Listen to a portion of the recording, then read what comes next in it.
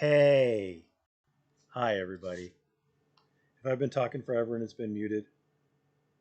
Okay. So working with this, sorry about that. Working with this particular software, it doesn't show the comments, so I had to check my phone, and yeah. So let's go through it again. Let's go through it again, real quick, real quick. All right, real quick, because what I was saying was that I only had a little bit of time before the pot roast was done, and I'm definitely looking forward to pot roast. Uh, yes, muted. Well, I'm not now. Okay, perfect. All right, so this is Long Island Audits, Sean Paul Reyes versus Paul Sidney Alfrey, who is a mayor. And if anybody thinks I'm going to cut all that section out of the whatever of this live stream, you guys are out of your goddamn minds because no. All right, so I did not watch anything regarding this. I haven't seen any videos that Reyes made on it. I haven't seen the incident in question. I don't watch Reyes. Not that I have any particular dislike of him. I just don't find him to be interesting or whatever. He doesn't do it for me. He doesn't sauce me up good. So there's a couple interesting things I noticed when I first perused this document. And then it got me thinking. The first thing I noticed is that he says at all times material, defendant acted personally in publishing the statements described herein. And I thought, well, he's a mayor. Why is that important? Because he's noting that he's the elected mayor of Melbourne, Brevard County, right? So why is that important? I don't know so Reyes did do at least a modicum of research in preparing this, and he did apparently comply with all the procedural things. So that was interesting to me, personally, in publishing the statements. But then he goes on to say, defendant published a well-written statement. Defendant published a written statement on his official Mayor Paul Sidney Alfrey Facebook page, a government-associated platform he uses to communicate with the public. So I'm like, oh boy. All right. So it's not personal. It's not personal. Now, substantively, before we get into the procedural issues, let me just say that substantively, I don't think it's going to work. And there's two lines. You got to read these things in context.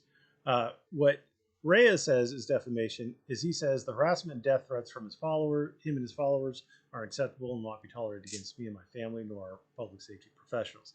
He says that is defamation because it's accusing Reyes of sending death threats, and Reyes didn't send death threats. And then he also says it's defamation because it's putting this stuff up basically by Reyes, right? And Reyes didn't send these things. Well, when you read the whole thing, first of all, it's the mayor explaining what happened at the city council meeting, etc. But when you read the whole thing, he says, unfortunately, Reyes' actions, have resulted in hundreds of harassing calls to our police dispatchers as well as death threats directed at me personally.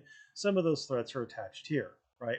So he's saying that Reyes' actions resulted in hundreds of harassing calls, not that Reyes made harassing calls.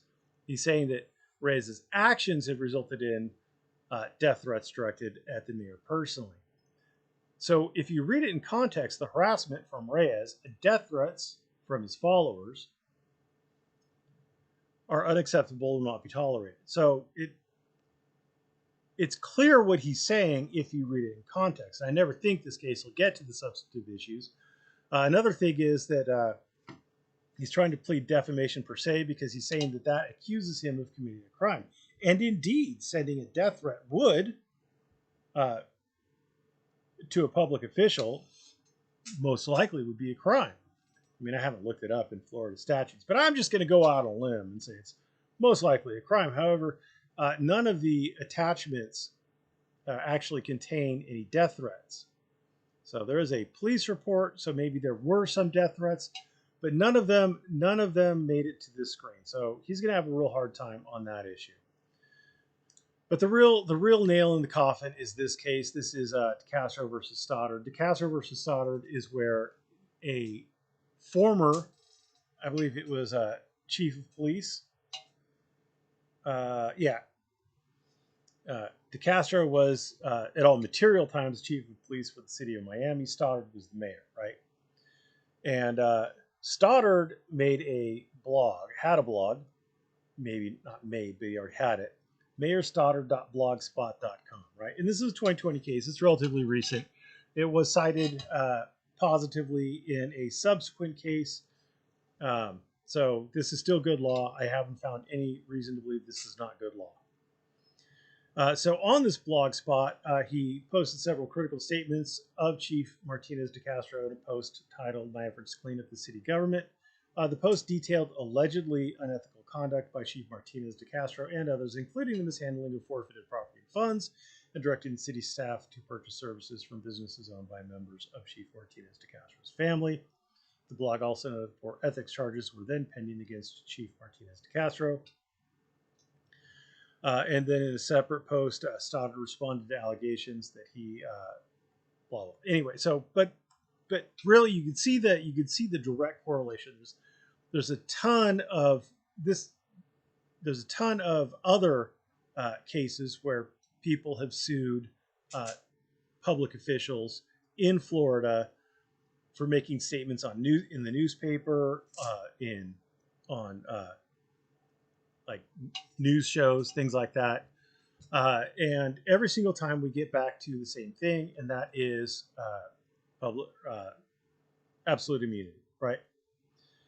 So the question on whether or not a public official has absolute immunity, and this goes all the way back to there's a Supreme Court case on it that gave like lawmakers public immunity for the things they said in the course of their duties. There's a Supreme Court case on it, but this is God, I can't believe I don't remember it. Anyway, let's see if someone in my comment section remembers it. Nope, no one does. There is a Supreme Court case on it. I swear there is. It was in San Francisco. Legislator was sued for statements that he made while he was a legislator, and the Supreme Court found that politicians, public officials, have absolute immunity for statements that they make in the course of their duties.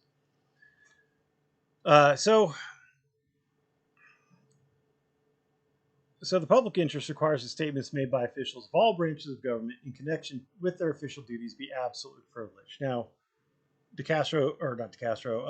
Reyes has already stated that this was the official government-sponsored mayor Facebook page.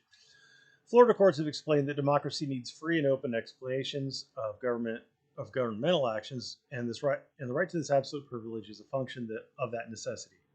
However, there are limits to this privilege. The controlling factor in determining whether a public employee is absolutely immune from actions for defamation is whether the communications was within the scope of the officer's duties. See this Alberton case noting in actions against a government official for defamation. Public officials are protected by absolute immunity no matter how false or malicious or badly motivated a statement may be, as long as the statements or actions fall within the scope of duty of the public official. And see also this Hauser versus Urchison finding absolute immunity in defamation action where the city attorney remarked of a commissioner, so the city attorney allegedly defamed a commissioner, to a newspaper. First, Mr. Urchison's respect for the truth is not famous, and second, I know he considers his services invaluable to the city, but the taxpayers might consider them to be awfully expensive. The scope of a public official's duty is to be liberally construed. Therefore, the only question, Stoddard versus de Castro or de Castro versus Stoddard, is whether Stoddard was acting within the scope of his duties as mayor. We made the statements that formed the basis for the complaint, and they go down to find that Mayor Stoddard's blog post and letter regarding the actions and conduct of Chief Martinez de Castro fell within the scope of his duties as mayor to keep his constituents informed of current events and operations within the city of South Miami and its government, including the operations and performance of police department, blah, blah, blah, right? So in this case, the mayor was informing his constituents of what happened, explaining the government side of it, explaining that the government did not deny Reyes, or the government alleges it did not deny Reyes free speech, and giving their side of the story on something of a current event that Reyes himself is making a public story.